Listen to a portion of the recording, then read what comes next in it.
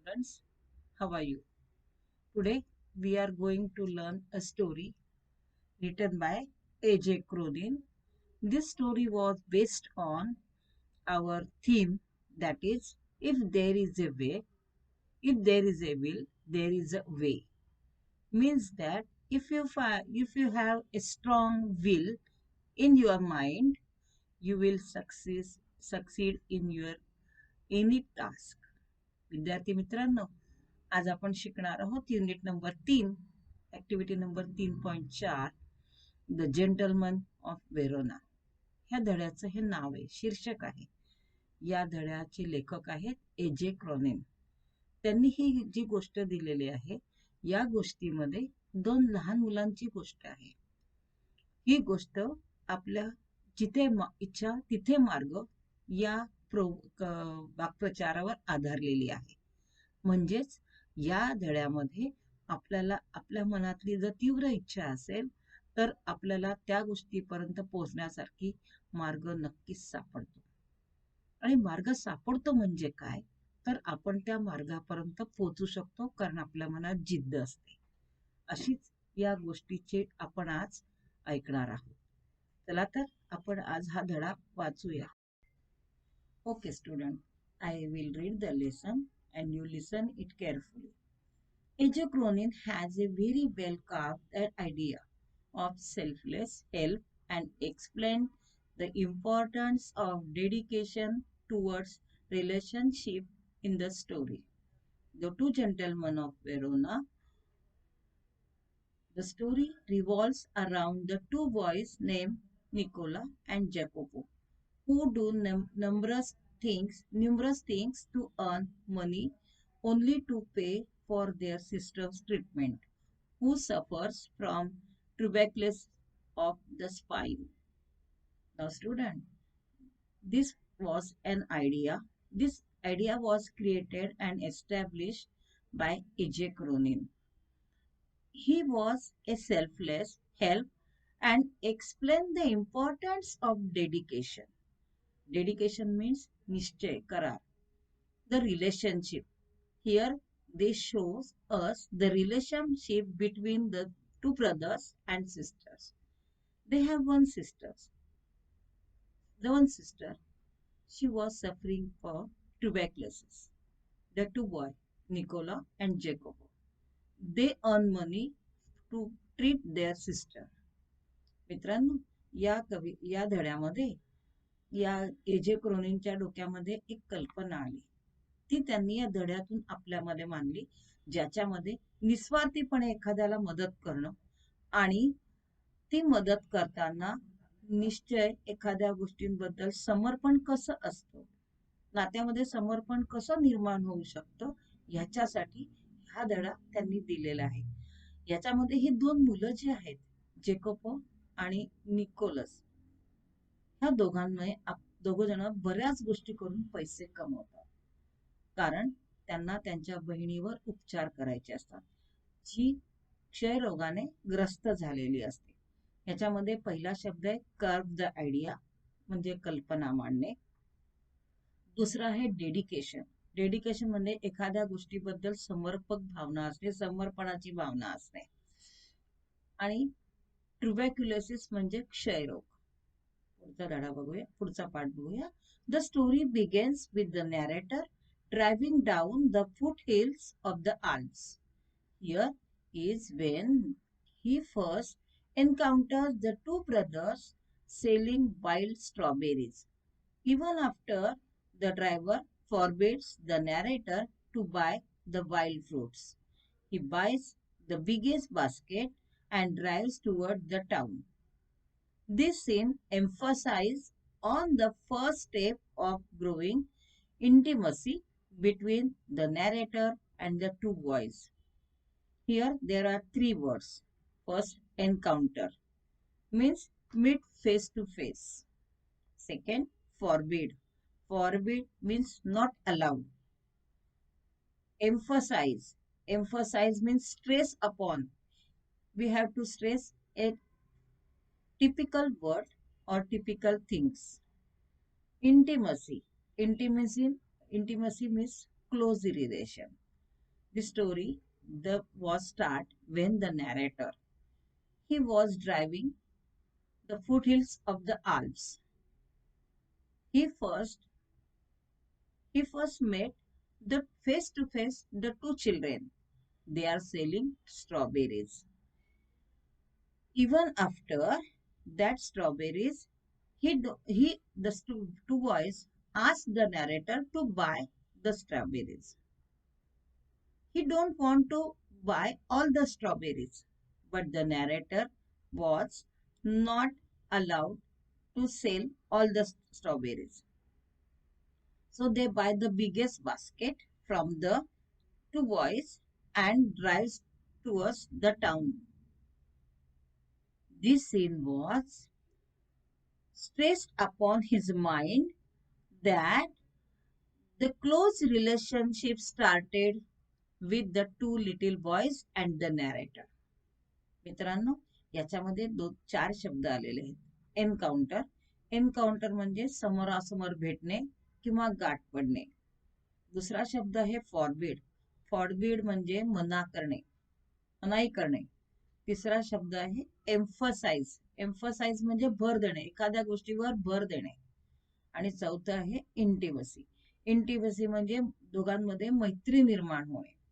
आता या भागामध्ये हा जो कथानक आहे, कथाकार आहे, तो नेहमीप्रमाणे आल्स पर्वताच्या पायथ्यापासून ड्रायव्हिंग करत गाडी चालवत जात होता. आणि मध्येच त्याला ह्या दोन मुलांची समोरासमोर भेट होते. ती दोन मुलं त्या कथानकाला आपल्या जवळ असलेली स्ट्रॉबेरी विकत घेण्यासाठी विकायसाठी त्याच्या समोर जातात.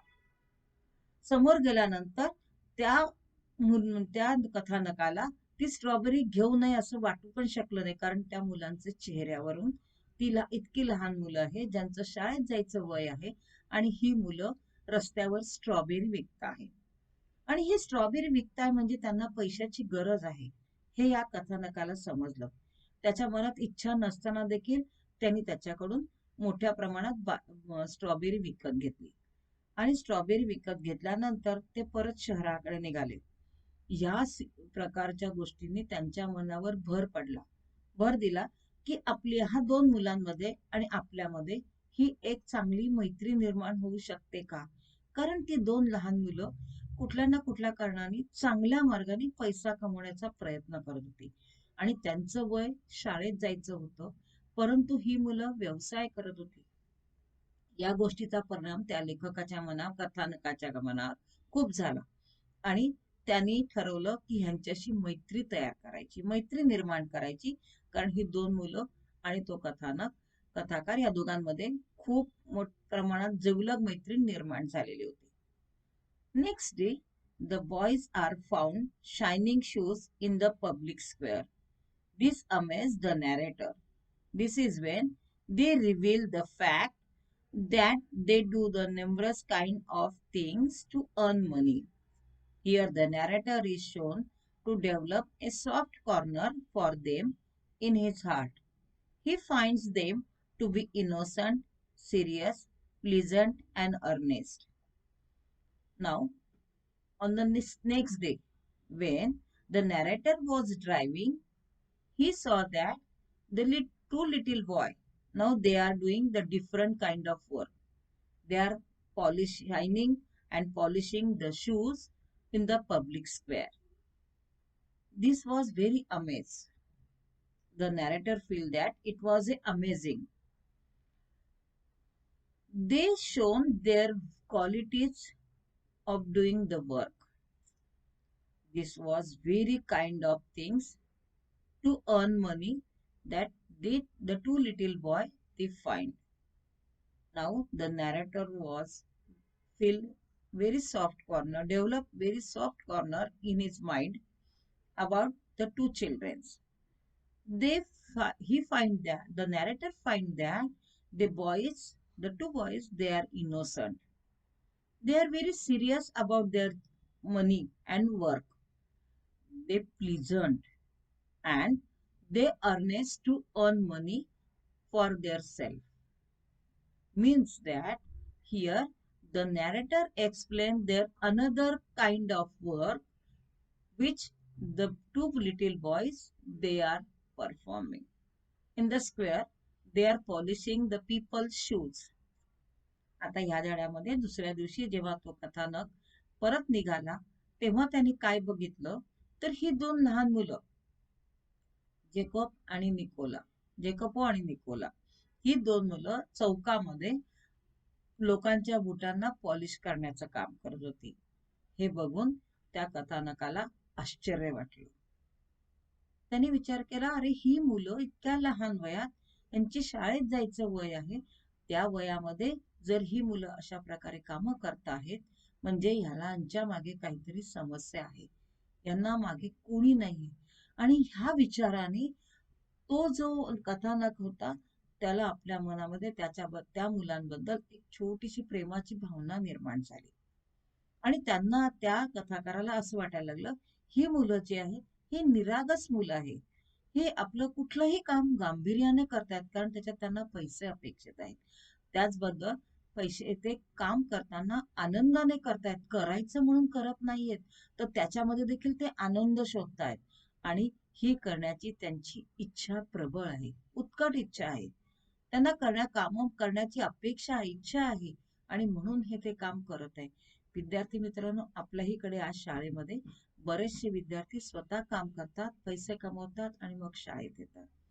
हीच गोष्ट या कथेमध्ये आपल्याला सांगितली आहे. त्याही मुलांच्या मनामध्ये अशी अपेक्षा नसते की आपण पण ती मुलं चांगल्या प्रकारची कामं करतात, म्हणजे लोकांना आनंद देण्यासाठी ही लोक काम करत असतात. The boys are very useful to the narrator. They are very willing to satisfy all that the narrator requires. They are also found selling newspapers by the narrator. One stormy night, one day, when the narrator asks if he can help them in any, they say they will be very grateful if they get a lift to the nearby village, Poleta. Although it doesn't come in the narrator's way, he takes them there. The boys get down in a building and ask the narrator to wait in a nearby cafe until they return within an hour. On the third day, when the narrator drives towards the towards the square, he found that the two little boys, they are selling newspaper. The two little boys, they were very willingly satisfied to the narrator's requires. What he required, they fulfill their requirement. They also finding friendship with the narrator. They made very close friendship with the narrator. So one day they asked the narrator if he want to help the two little boy, they can drop where the little boy wants to go. They are very grateful if the narrator left them to that place. It was near the village Poleta. The narrator was not want to go to that side, but by sake of that people, the two little boy, he was ready to go to that side. He take to that little boy from that village. The boy said, if they went with that boy, you sit there. After half an hour, they will come back. There was a big building, and the two little boys asked the narrator to sit there near that cafe until they return to that place. They took half an hour. आता या दोन लहान मुलांमध्ये आणि त्या कथानकामध्ये कथाकारामध्ये खूप चांगली मैत्री निर्माण झाली होती आणि त्या कथाकाराला देखील त्या लहान मुलांबद्दल खूप चांगली भावना निर्माण झालेली होती. त्याला देखील त्यांच्याबद्दल दया वाटत होती. कधी त्यांना भेटल्यानंतर मदत करण्याची इच्छा त्याच्या मनात निर्माण झालेली होती. आणि ह्याच्यामुळेच एक दिवस जेव्हा तिसऱ्या दिवशी जेव्हा कथाकार निघाला तेव्हा त्यांनी बघितलं तर ही दोन लहान मुलं जी आहेत, ही लहान मुलं रस्त्यावर पेपर विकायचं काम करत होती. ज्या वेळेस त्या कथाकाराची गाडी त्या ठिकाणी यायची त्यावेळेस हे दोन मुलं धावत जायचे आणि त्या कथाकाराला कोणत्या गोष्टीची गरज आहे, काय करायचं आहे, हे ते त्याला सांगायचे आणि ते दोन लहान मुलं त्या कथाकाराच्या प्रत्येक अपेक्षा पूर्ण करायची तयारी दाखवायचे. त्या दोघांमध्ये इतकं जवळचं नातं निर्माण झालं होतं की एक दिवस त्या मुलांनी त्या कथाकाराला विचारलं की तुम्हाला जर आम्हाला काही मदत करायची असेल तर तुम्ही आम्हाला एका ठिकाणी घेऊन चला, आम्ही तिथे आमचं काम करू आणि अर्ध्या तासात परत येऊ, तोपर्यंत बाजूला असलेल्या कॅफेमध्ये तुम्ही बसा. त्या लहान मुलांना, लेखकाला खरं तर कथाकाराला त्या ठिकाणी जायचं नव्हतं, परंतु त्याला त्या मुलांच्या मनातली इच्छा मोडायची नव्हती. त्यांना खरोखर त्याला मदत करावीशी वाटत होती. म्हणून तिकडे जायचं नसताना देखील कथाकाराने त्या दोन लहान मुलांना आपल्या गाडीत बसवलं आणि पोलेटा नावाच्या गावाजवळ छोटस खेड आहे त्या ठिकाणी ते घेऊन गेले. आणि त्या मुलांनी त्या कथाकाराला सांगितलं की जोपर्यंत आम्ही परत येतो आहोत, आम्हाला अर्धा तास लागेल, अर्धा तासात आम्ही आमचं काम करून परत येतो, तोपर्यंत तुम्ही जवळ असलेल्या कॅफेमध्ये बसा आणि आमची वाट पहा. बघा मित्रांनो, कशी परिस्थिती असते. आता हे तुम्ही म्हणाले पोलेटा शहर कुठे आहे, तर हे इटलीमध्ये आहे आणि इटलीमध्ये सगळ्यात जास्त रोम लोक आहेत आणि ही लोक खूप गरीब आहेत. या गरिबांना मदत करण्याचं काम लेखकाने कथाकाराने करायचं ठरवलेलं होतं. आता ह्याच्यामध्ये शब्द तर नाहीच, परंतु या ठिकाणी आपल्याला एकच समजतं की एखाद्या मुलांसाठी आपण समर्पक भावनेने मुलांच्या मदतीसाठी आपण काय करू शकतो. या ठिकाणी त्यांनी मुलं घेतली आहेत, पण आपण घरातल्या आई वडिलांना देखील आपली मदत करायची तयारी नसते. तर आपल्याला ह्या गोष्टीतून शिकायचंय की आपले आई वडील आपल्याला मदत करायला आपण आई वडिलांना तयार असलं पाहिजे. कोणतंही काम आई वडिलांनी आपल्याला सांगितलं तर आपण राग न करता, राग न धरता किंवा कोणतीही गोष्ट दुरावत न करता आई वडिलांनी सांगितलेलं काम करायला पाहिजे. तेवढी तत्परता आपण दाखवली पाहिजे. बाहेरच्या लोकांसाठी आपण मदत करतो, मग आपल्याच घरातल्या आई वडिलांना देखील आपण मदत करायला शिकायला पाहिजे. Eagerness leads the narrator to follow the boys up to a place which is actually a hospital. On the peeping through a room led by nurse, he realized that boys are talking to a girl who resembles them. He does not feel like intruding and thus asks the nurse to details about the boys. This is when the nurse tells him their heart-rending story about their father being killed in a war and their home being destroyed in the war and their sister suffering from tuberculosis. The brother lives in a shelter and literally starve only so that they can pay for their sister's treatment. So, keeping a secret and helping their sister, they have shown that war has not shaken their spirit. They are noble and gentle and great human beings in their own special yet subtle way. This story distinctly talks about how true the amplification says. When where there is will, there's a way. Student, when the narrator reached near that village, he was so eager to see where the two boys went, what they are doing there.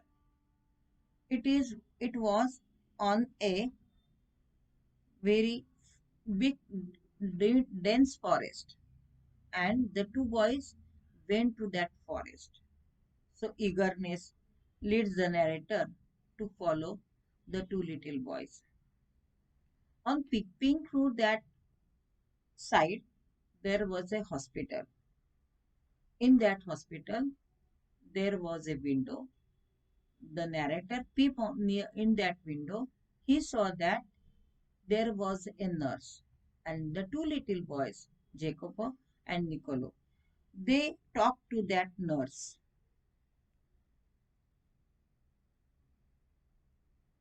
they talk to that nurse. The narrative feel that the girl who was sleeping on the bed, that was look like a similar appearance like the boy, the two boys. It means that she was someone to like them, and they the the narrator, he does not want to poke his nose while the two boys were talking to that nurse. After the boys went to another room, the narrator asked the nurse why these two boys came here and what they are talking with that nurse. The nurse told a story that was very great sorrow story.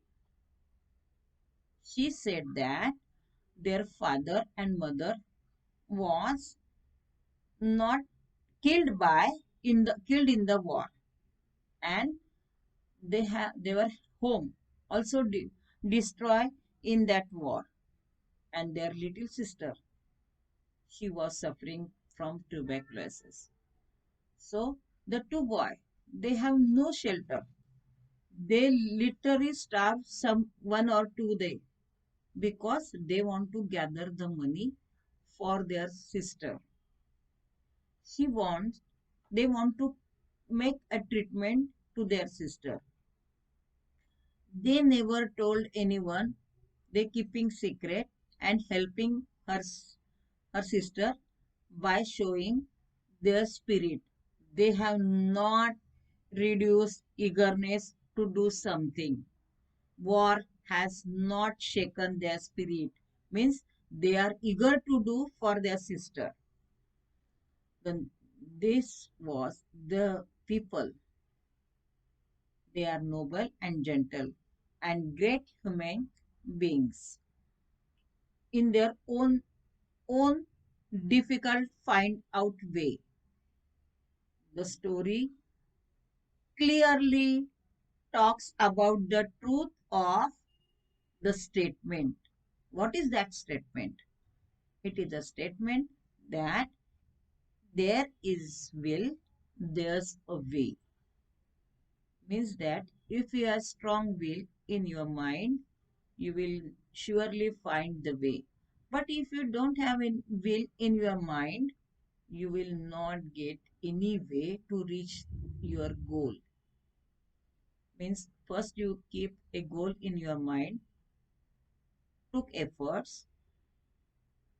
If your will is strong, you will surely get your work full completely. आता ह्याच्यामध्ये शब्द आहे बघा, रिझेंबल. रिझेंबल म्हणजे similar appearance, सारखं असणे. इंट्रुड्यूड. इंट्रुड म्हणजे एखाद्या गोष्टीमध्ये आत घुसणे. तो लेखक आतमध्ये नाही गेला. त्यानंतर हार्ट ट्रेंडिंग म्हणजे हृदयदावक गोष्ट. आता बघा, त्या कथानकाने त्या दोन मुलांना सोडलं, त्या खेड्यामध्ये सोडलं. जे एका जंगलाचा भाग होता, त्या जंगलामधून त्यांना एक छोटस असं घर दिसलं. ती मुलं तिथे गेली. लेखकाला आपली उत्सुकता शांत बसू देईना. ही मुलं गेलीत तरी कुठे?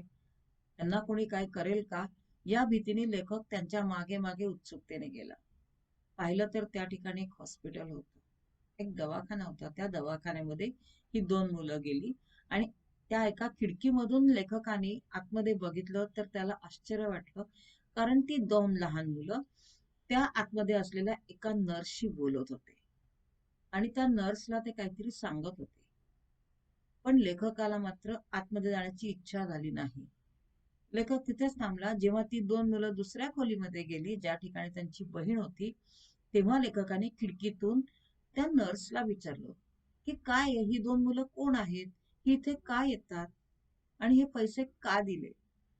त्यावेळेस त्या नर्सनी जी हृदयदावक गोष्ट त्या लेखकाला सांगितली, कथानकाला सांगितली, त्याला खूप दुःख झालं. ती नर्स सांगत होती की ह्या दोन मुलांना यांचे आईवडील युद्धामध्ये मारले गेलेले आहेत. यांचं घर देखील युद्धामध्ये पूर्ण नष्ट झालेलं आहे, कोसळून पडलेलं आहे. आणि यांची छोटी बहीण जी आहे ती क्षयरोगाने या हॉस्पिटलमध्ये आजारी आहे. तिच्या उपचारासाठी ही मुलं पैसे गोळा करतात आणि काही दिवसानंतर आम्हाला थोडे थोडे पैसे आणून देतात. कित्येकदा ही मुलं जी आहे ही न खाता पिता पैसे जमा करतात, कित्येक वेळा उपाशी राहतात, रस्त्याच्या बाजूला कुठेतरी झोपतात, पैसे कमवतात आणि आपल्या बहिणीचे उपचार करतात. परंतु ही गोष्ट मात्र या 2 लहान मुलांनी आजपर्यंत कोणालाच सांगितलेलं नाही. कारण त्यांना मदत जी घ्यायची होती ती कोणाकडून फुकटची मदत घ्यायची नव्हती. कष्ट करून पैसे कमवायचे होते आणि पैसे कमवून आपल्या बहिणीचं उपचार करायचं होते. या युद्धामुळे ह्या 2 मुलांमध्ये नाउमेद बिलकुल निर्माण झालेली नव्हती. त्यांना उलट मनामध्ये एक एक कष्ट करण्याची तयारी निर्माण होत होती आणि वारंवार त्यांना कष्ट करायची इच्छा होत होती. अशी ही 2 सभ्य मुलं केवळ आणि केवळ मानवतेच्या आधारावर ती मुलं उभी होती आणि ते काम करत होती. आणि आपापल्या मार्गाने स्पष्टपणे ते दिसत होतं की ती मुलं कुठलंही कष्टाचं काम देखील करायला तयार होती. त्यांच्या मनातली भावना होती की पैसे कमवायचे.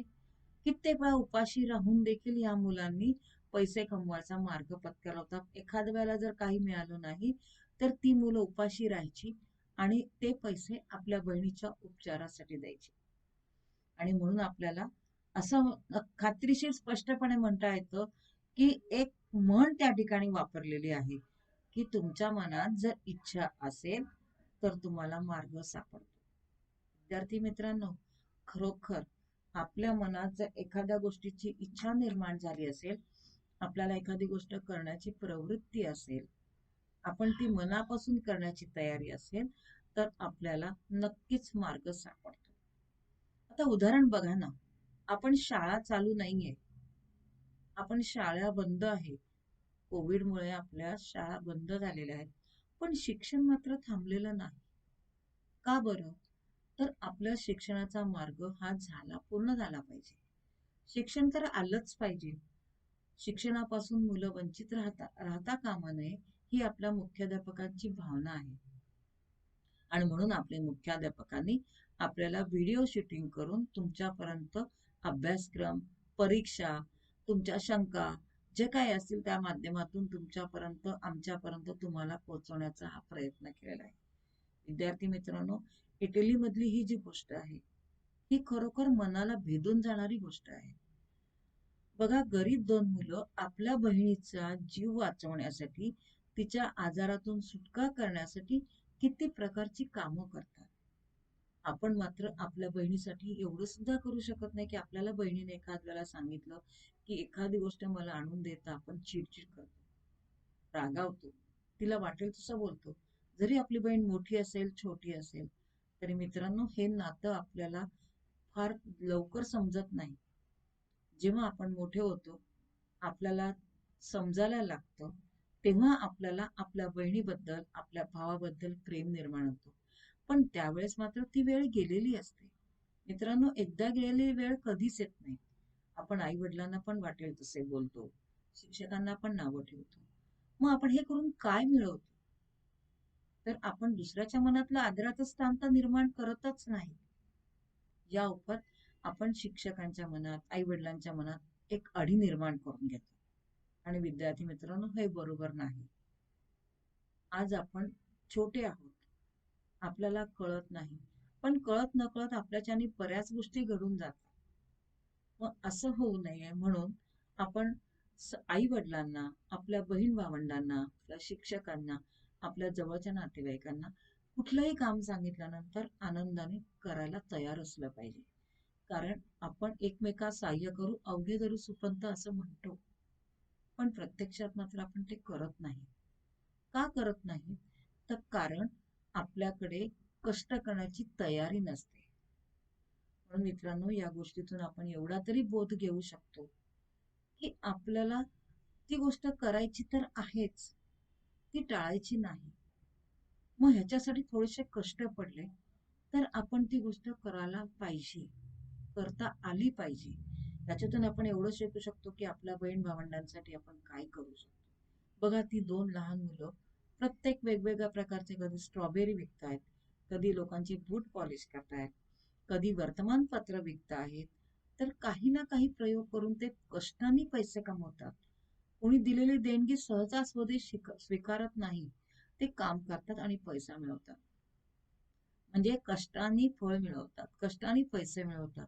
मग आपण देखील आपल्या पालकांनी आपल्याकडून कोणतीच अपेक्षा अशी केली नाही की तुम्ही कष्टाची कामं करा, पैसे मिळवा. किमान आपल्या पालकांनी आपल्याला शिक्षण घेण्यासाठी प्रवृत्त केलेलं आहे. सगळ्या गोष्टी आपल्याला दिल्या आहेत. आपण चांगले शिक्षण घेऊन मार्करूपी पैसे आपण आपल्या पालकांना देऊ शकतो. त्याचा आनंद त्यांच्या चेहऱ्यावर आपल्याला बघायला मिळतो आणि त्या पालकांचा जो आनंद असेल, तो आनंद बघून आपल्याला समजतं की आपण आपल्या पालकांना निदान हे चांगलं तरी देऊ शकतो. विद्यार्थी मित्रांनो, तुम्ही एवढं जरी केलं, आपल्या आईवडिलांच्या चेहऱ्यावर आनंद आणण्यासाठी चांगला अभ्यास करा, चांगले मार्क मिळवा. गेलेली वेळ, गेलेले क्षण परत मिळणार नाही. आज तुम्ही 8वीतून धक्का मारून पास व्हाल, पण तुमचा पाया जर पक्का झाला नाही तर तुम्हाला 9वी काहीच येणार नाही. आणि ती सगळ्यात मोठी काळजी तुमच्या पालकांची, तुमच्या शिक्षकांची असणार आहे.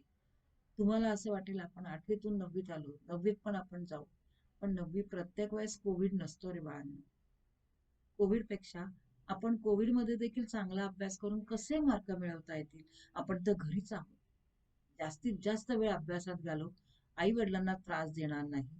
ह्या गोष्टीतून एवढं तरी शिकू की ज्या मुलांना आई वडील आहेत त्यांचा आनंद आहे, पण ज्यांना नाही त्यांना किती कष्ट करावे लागतात आणि तरीही ते आनंदाने करतात. मग आपल्याला तर सगळंच मिळतंय. आपले आई वडील आपल्याजवळ आहेत, आपले काका काकू कोणीतरी असतील, आपल्याला मदत करत असतील, तर कृपया आपण या सगळ्या गोष्टींचा विचार करून या गोष्टीतून एवढं शिकूया की आपल्या मनात चांगली इच्छा करूया, इच्छेच्यासाठी आपण प्रयत्न करूया आणि आपल्याला नक्कीच मार्ग सापडेल. आपण नुसती मनात इच्छा ठेवली आणि मी अभ्यास केला नाही तर मार्ग मिळणार नाही. तुम्ही कष्ट केले, प्रयत्न केले तर यश तुम्हाला मिळेलच मिळेल. म्हणून विद्यार्थी मित्रांनो, हा धडा आता मी शिकवलेला आहे. हा धडा तुम्ही परत वाचायचा आहे आणि जर तुम्हाला काही कळलं नाही तर आपल्याकडे व्हॉट्सॲप आहे, फोन आहे. त्या फोन नंबरवर संपर्क करून मला तुम्ही काय डाऊट आहेत, काय शंका आहेत ते समजून मला विचारा. मी तुम्हाला नक्की शंकांचं निरसन करेन. आणि ह्याच्यात जे शब्द जे आहेत ते तुम्हाला मी पाठवते आहे, ते तुम्ही वर्गपाठाच्या वहीत लिहा. आपण नेहमीप्रमाणे चिटचॅट जो आहे तो चिटचॅट वर्गपाठात लिहायचा आहे आणि इंग्लिश वर्कशॉप जे आहे ते गृहपाठात लिहायचे. त्याचबरोबर त्याच्या खाली तुम्हाला व्याकरणाचा भाग आहे. त्या व्याकरणाच्या भागामध्ये तुम्हाला विचारलेलं आहे की क्लॉजेस कोणकोणते आहेत. तर लँग्वेज स्टडी दिले, त्या ठिकाणी लँग्वेज स्टडीमध्ये तुम्ही तुमचा वाचायचं आहे. वाचून झाल्यानंतर मी तुम्हाला व्हिडिओ पाठवते आहे, तो व्हिडिओ पण बघायचा आहे आणि त्याच्यानंतर क्लॉजेस, सबऑर्डिनेट क्लॉज आणि मेन क्लॉज हे शोधून तुम्हाला लिहायचं आहे. मला वाटतं माझे विद्यार्थी मित्र एवढं तरी करतील आणि मला व्हिडिओ पाठवतील, मला अभ्यास पाठवतील, फोटो काढून पाठवतील. हे महत्वाचं आहे. आपल्या युनिट टेस्टला 3.4 पर्यंतचा अभ्यासक्रम पूर्ण आहे आणि त्याच्यानंतर वर्ड प्ले आहे. तो वर्ड प्ले मी तुम्हाला पुढच्या ह्याच्यात शिकवणार आहे. धन्यवाद.